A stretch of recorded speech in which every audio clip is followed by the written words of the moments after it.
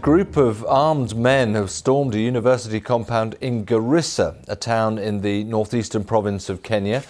Heavy gunfire and explosions have been heard coming from the Garissa College campus. Now, the gunmen are said to have attacked the institution around about 5:30 in the morning local time. Police and ambulances are at the scene. The BBC's Anne Soy has been monitoring the situation for us from Nairobi. Snipers have been spotted on the rooftop of a story building, shooting indiscriminately at people. We're told that the attackers are still shooting at people, and the people can hear gunfire. Tension is very high in Garissa town, and we're told that people are not venturing outside. There's a combined force of Kenya Police and Army within the university compound now, and they're engaging the attackers, and members of the public have been asked not to go near the scene. How many gunmen do we know? Well, there have been reports of about 5 heavily armed gunmen who stormed the university very early in the morning, and they say that they are police officers. They started by shooting at security guards on the gate and then forced their way into the university, started shooting indiscriminately. There were police officers within the compound and they engaged them in gunfire, and that is when the attackers then went into one of the hostels where students were sleeping. There are some students who managed to escape, and they say that they ordered some of their friends to lie on the floor. We understand from the Kenya Police that at least 2 people have been confirmed dead. There have been 4 injured, but eyewitnesses say they have seen several ambulances leaving the university compound for the hospitals in town, and they do not know how many people have been taken there injured. The hospitals have been closed to members of the public now. They're only allowing the ambulances. Right. I mean, as we work through the extent of this attack, obviously people are asking, who on earth are these people? So far, no one has claimed responsibility. Garissa is an area that have been known for incidents of insecurity. Some of them have been related to the Al-Shabaab militant group from across the border in Somalia. It's relatively close to the border. It is in northeast part of the country, and it is inhabited by Kenyans of mainly Somali ethnicity. And there have been some elements of the Al-Shabaab militant groups within that general area. And so right now it is too early to say who are the attackers, but to a very large extent, it has all the hallmarks of a militant group attack. And in any case, it is still going on, as we understand, Anne. Would that be right?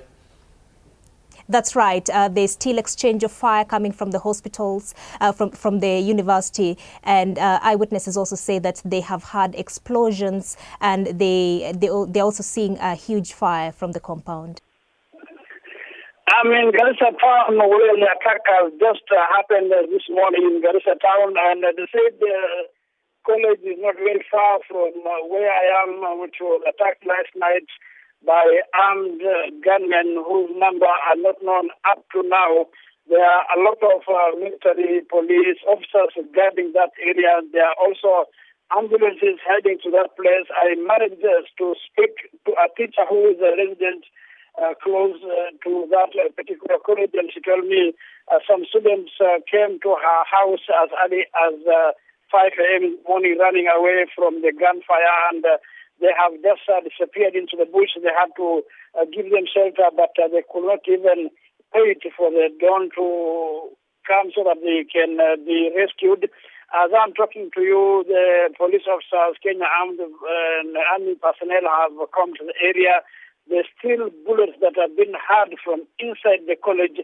It is believed that there are a number of students who have been held hostage by these people who attacked the place.